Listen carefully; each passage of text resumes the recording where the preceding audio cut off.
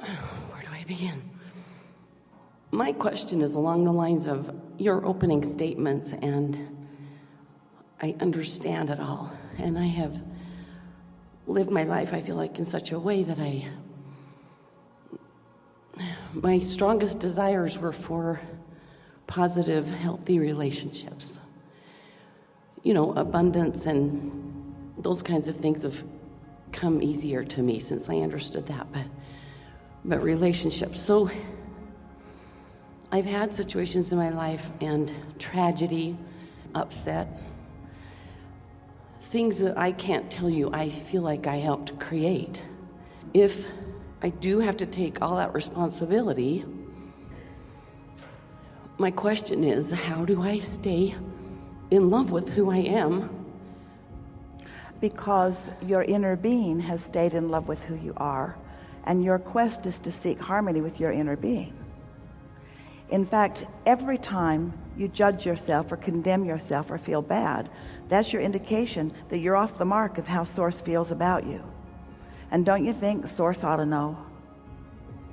I do get that, I think. But it has to do more with, is there a line? Because I've been to therapists. Nope.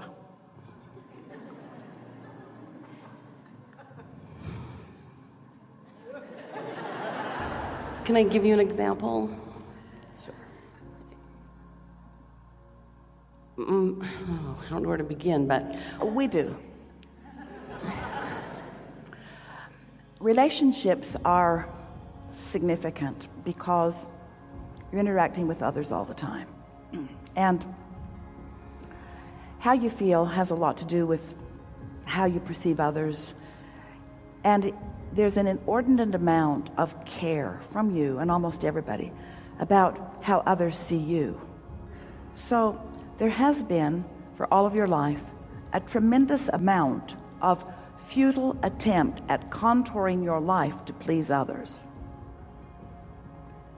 which has messed up your own sensitivity to your own guidance system. Almost everybody we would be saying pretty much the same thing to. So as you've been following us here, and we're going to get right to what you're talking about, so just relax and trust that this is all going to smooth right out for you.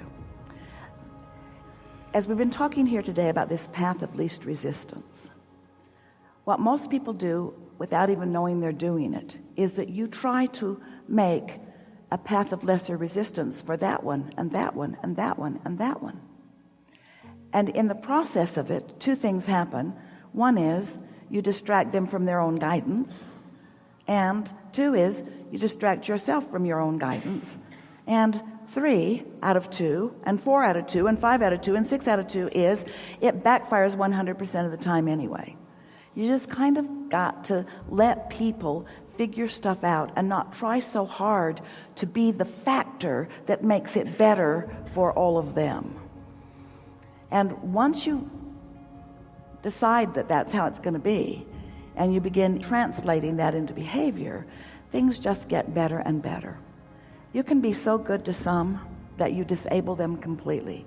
You can be so good to some that they become almost demanding of more from you.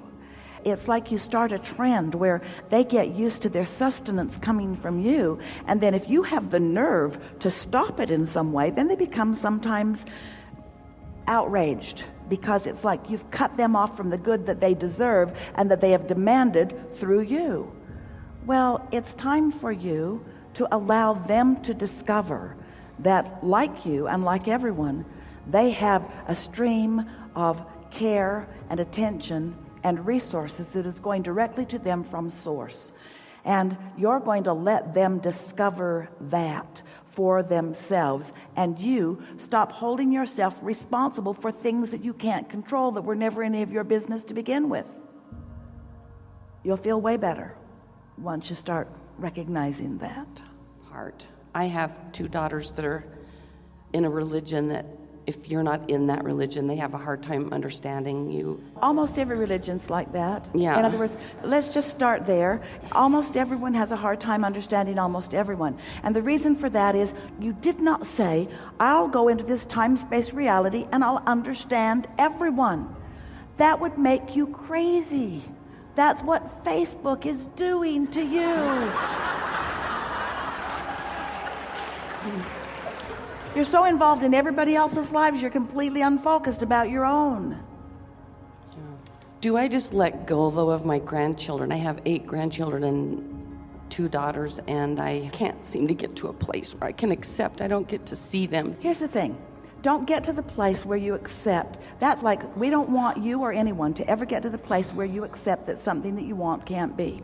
But something that will soothe you today, this minute, immediately, is if you can accept that you have a vibrational relationship with them that you can focus upon and get a feeling for all day, every day. And don't let the absence of the manifestation, just because the manifestation isn't the way you want it this red hot minute, doesn't mean that what you want does not exist. You got to focus unconditionally for a while. And it's our promise to you. When you focus unconditionally for a while, so that you're tuned in, tapped in, turned on, feeling better, the universe will orchestrate a way for you to rendezvous with the things that you want. It must be. It is law. But that isn't what you've been doing. You've been focusing upon the reality that's tearing you up, keeping you from being in vibrational alignment with your vortex, with what you want. And so what you're getting is what you're a vibrational match to. It's okay. But it doesn't have to feel so bad, you see. I get that. How else are you going to sort it out? You're going to say, all right, well, you guys belong to a religion that believes a way that I don't. So something's got to change. Either you got to join me or I got to join you. And all of you stand there and say to each other, we're not going, we're not coming. And so then you say, okay, then that's got to be the end of it, because if we can't make peace in this one, we say, no, it's not the end of it. It's the beginning of it. Because in all of that discord, you're launching rockets of desire. You're remembering who you are. Do you know that as you came into this physical experience as these clusters, that not only are you eternally tied to these children and grandchildren, but all who have come before are also tied, and they are all non-physically focused and looking here too. In other words, to be in a place where you have cut yourself off from the attitude of love and you're using some bogus thing as your justification for it, you don't want to perpetuate that in them. You don't want to stand in resistance to them. You don't want to wave the red blanket in front of the raging bull and cause them more discord from who they are. If you love your children, and we know you do, and you love your grandchildren, and we really know you do, but if you love your children, and we know you do, and you love your grandchildren, and we know you do, and you love your children, and we know you do, if you love anyone, and we know you do, then your dominant intention is to help them as best you can find alignment with who they are. And opposing them and making them wrong and staking your claim and showing them where they're wrong is not the way to go about it. You just got to remember who you all are as source, and you got to remember how you felt when they were little, and how you felt when they got married, and how you felt and how you felt and how you felt.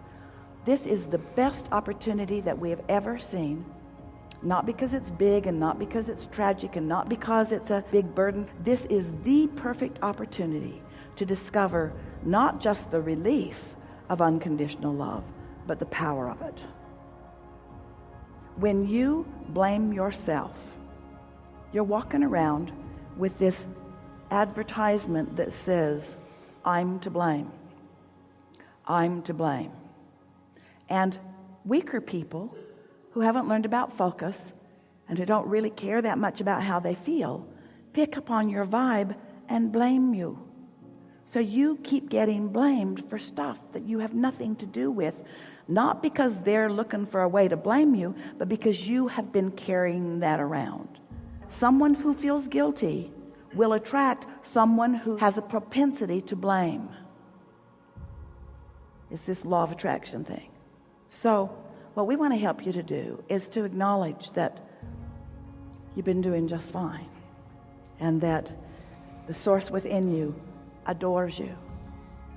So as you relax little by little and get feeling better and letting yourself like yourself more in the natural way that you will, what happens is we may be channeling Taylor Swift. Haters gotta hate, hate, hate, hate, hate, hate. Haters gotta hate, hate, hate, hate. And you just gotta shake it off, shake it off. Thank you. Because you cannot please them. You can't understand. The only thing that you can do is to come in alignment with your source. And when you do, the return to that steady, consistent love. See, the thing about relatives is that you got to catch them on a good day. The thing about source is it's always a good day. But you got to be in the vicinity of the good day that source is always flowing to you. So as you find these thoughts that are easier for you to hook up with source, so that you become addicted to that connection, what will happen is you'll find yourself unwilling and eventually not even capable of focusing upon those thoughts that have been putting the resistance on your trail. We really want to make that statement to anyone who wants anything that hasn't yet manifested. You got to stop being bent out of shape over the fact that the manifestation hasn't happened, because you're being uncomfortable about the fact that the manifestation hasn't happened is what's causing you to put all the stuff on the trail and preventing it from happening sooner. It's not possible for you to not get what you want.